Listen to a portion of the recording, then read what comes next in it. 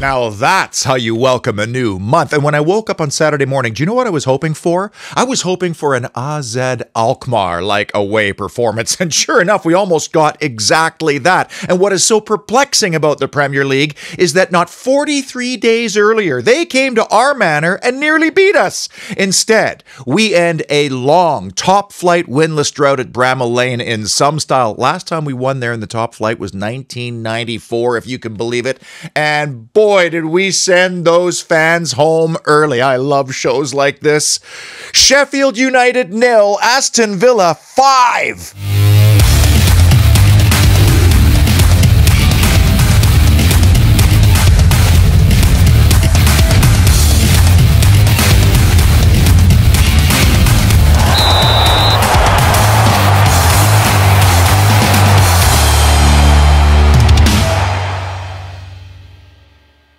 I'm going to break my own show's format a little here and not give you the three big issues or moments that defined the game, because this game was virtually over in one spectacular 8-minute span.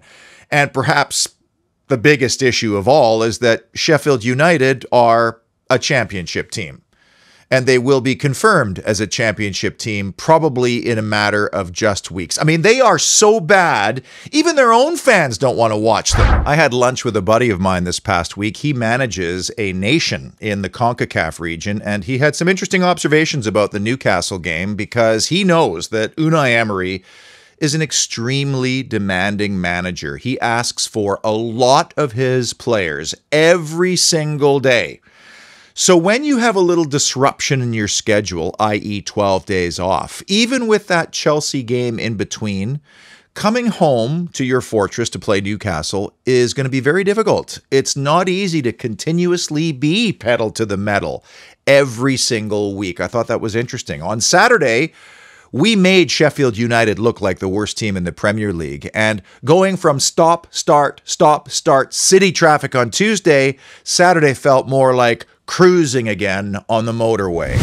Samir Gaby, our senior correspondent who lives just down the road in Leeds, made the short 45-minute trip down the motorway to Sheffield wearing the beautiful yellow Henson Retro Revival. A lot of people have been asking about these lovely shirts, and I've included the link in the description if you want to get yourself one, because the white ones are almost as sexy as a Douglas Luiz long ball, and they've been getting a lot of attention. Samir's phone was also rolling for some fun moments today, which I'll share throughout the show. The golf in class was quite dramatically illustrated stats-wise, and I'm really excited by how many attempted shots hit the target. Our accurate long balls, too, were the highest this season.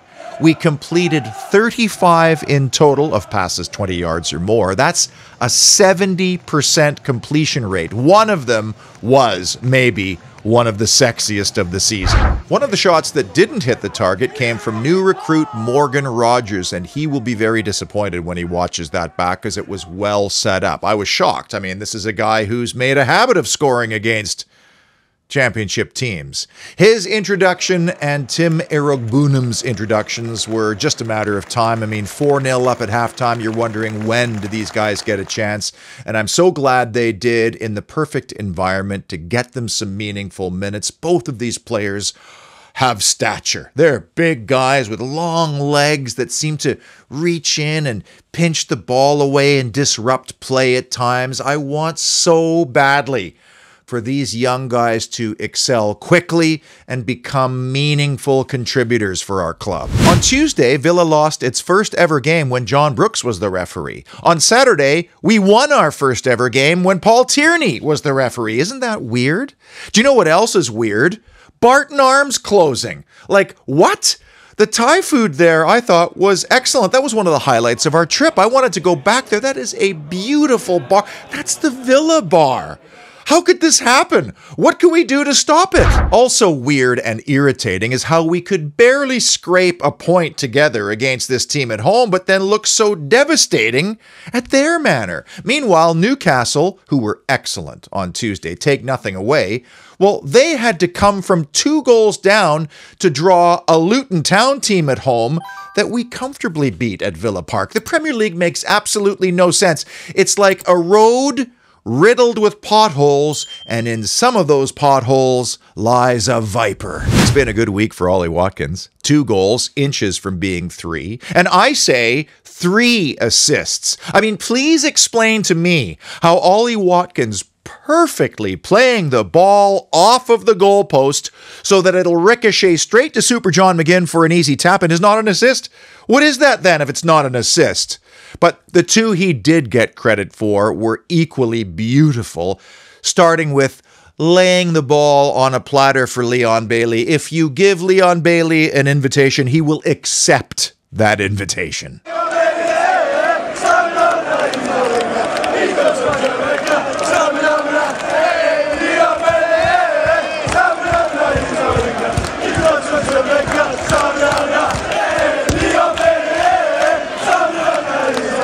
And then just 2 minutes into the second half, Watkins finds a wide open Moreno at the back post and the fantasy points are accumulating.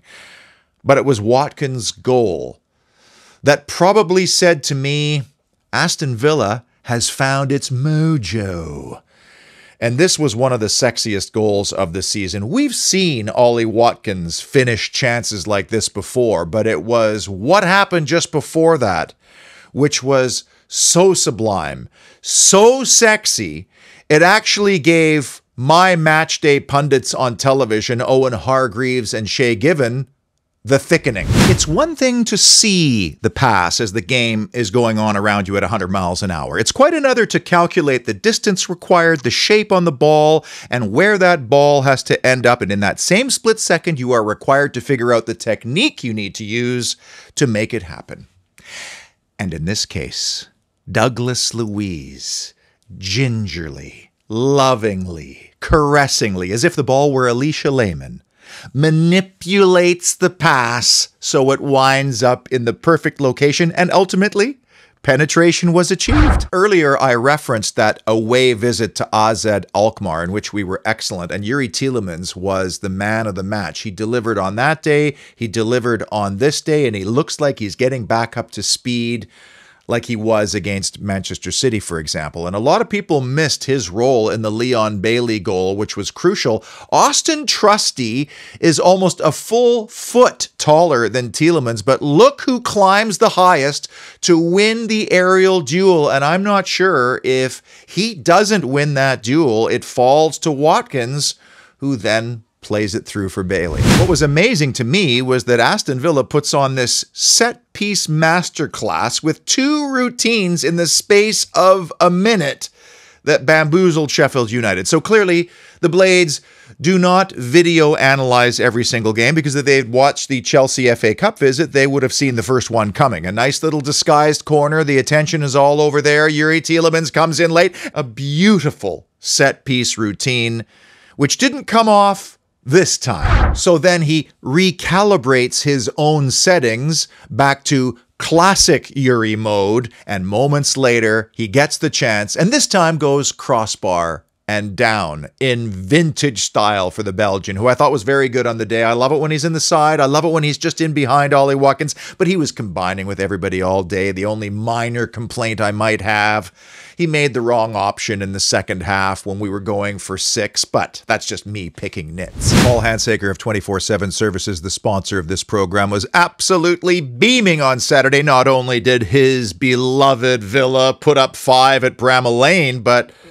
his own 24/7 FC team won on Saturday 3-1. He manages it, by the way, and they need new kit to reflect their cool new logo and vibrant new colors. Busy weekend for them, too. Unfortunately, a break-in at one of their project sites in Yorkshire. This happens an awful lot, sadly. So JP and the crew race up there, patch up the hole, secure it once again. They do emergencies. That's part of the gig, and you can now connect directly to any of their local offices straight from the website on your phone, Or if you're ever stuck, go to the description of these videos, and I've listed the numbers there. Emi Martinez had virtually nothing to do in the game with the exception of the early chance by BBD, which he almost snuck through. In fact, if Martinez hadn't put on an extra layer of antiperspirant, that might have snuck underneath him. But then there came the sequence in the 77th minute, which just showed how committed our back five was in that game and others this year to keeping a clean sheet and shutting the door. Martinez just said no on a couple of occasions, just stuck with it. We've played 5 games to start 2024. Emi Martinez has 4 clean sheets. Habitual goal scoring wins you a lot of games. Habitual clean sheets wins you trophies. And just when we thought we were going to start throwing toys out of our pram for relinquishing the clean sheet late, VAR comes to our rescue and rules out the goal by millimeters. It was one last slap in the face to Chris Wilder after an awful week, which included a loss at Crystal Palace in midweek, after which he claimed that referees had something against him and his team, and he wasn't going to get any decisions going his way for the balance of the season. And then he said that he was trying to have a word with the referees, but the assistant was eating a sandwich while he was trying to have that conversation. Imagine how amazing it would have been if Unai Emery had come out of the tunnel onto the field to greet the opposing manager, like they do at the beginning of the game, while he was eating a sandwich. I saw 2 sides of Unai Emery this week that I hadn't seen before. During his Friday press conference, he actually had a laugh. He said, well, you reporters tell me I don't hire English players, so now I've brought in Morgan Rogers, and he laughed. And then I saw a testy side to him in the television pre-match sound bites after a very clunky and awkward opening question about Morgan Rogers and then the exclusion of Matt Cash. And you could see he was put off, and his response to that was by basically giving 3-word answers for the rest of the interview. Since arriving at our club, Unai Emery has always presented himself as a classy, composed, cultured gentleman, quite frankly. Focused, but a gentleman. Not the type of guy who's going to spend 90 minutes berating a 4th official. And I'm really glad he brought that up in his press conference, because he's right. Why are you spending all your time bitching at a 4th official when you have a game going on? What are you hoping to achieve? He has always stayed away from all of that. But did you notice the passion he unleashed after 2 of the goals were scored? It was as if he was releasing a lot of pent-up frustration for the lack of goals to start 2024. And his team's habit of bouncing back after defeat continued. I also loved what Emery had to say on Friday about Moussa Diaby, because as you know, when issues start to come up, the media and the fans jump on it, and all of a sudden it becomes this overblown thing, and Emery just snuffed it all out. And I felt very good that my gut was probably right on a lot of things, because he said many of the same things I said after the Newcastle game. The difficulty in adapting to the Premier League when you come from, say, Germany. Well, Leon Bailey went through it. Totally different system. Now you come in, new team, new style. You have to learn everything. And he got off to a flyer. But that was the other part of the statement. Being consistent is the other big challenge for players coming to the Premier League. It is a process. And he came on as a substitute and played his more familiar right wing-ish role. Was that a way to try to get him a little bit more confidence? I've often wondered if Diaby's recruitment was contingent on him playing a more specialized role, like a 10 or a false 9, which is a very challenging role in the Premier League. And I love what Unai Emery said about Moussa Diaby, about his unwavering commitment and attitude. And isn't it funny, because those are 2 hallmarks of the recruitment criteria I talked about during the January transfer window show.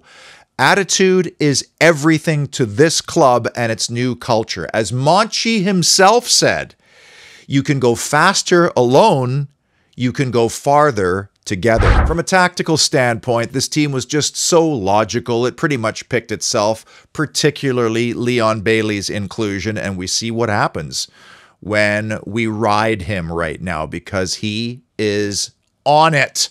And wasn't it lovely we were able to remove him early to keep him fresh for the remainder of this demanding week? Same story for McGinn and Luiz. McGinn responsible out of possession against Sheffield United's right-sided players. But how many times in possession did he drift in field, which flummoxed the opponent? And then the same thing for Tielemans. He was starting in a wide position, but how often was he playing almost underneath Ollie Watkins or combining in the middle of the park?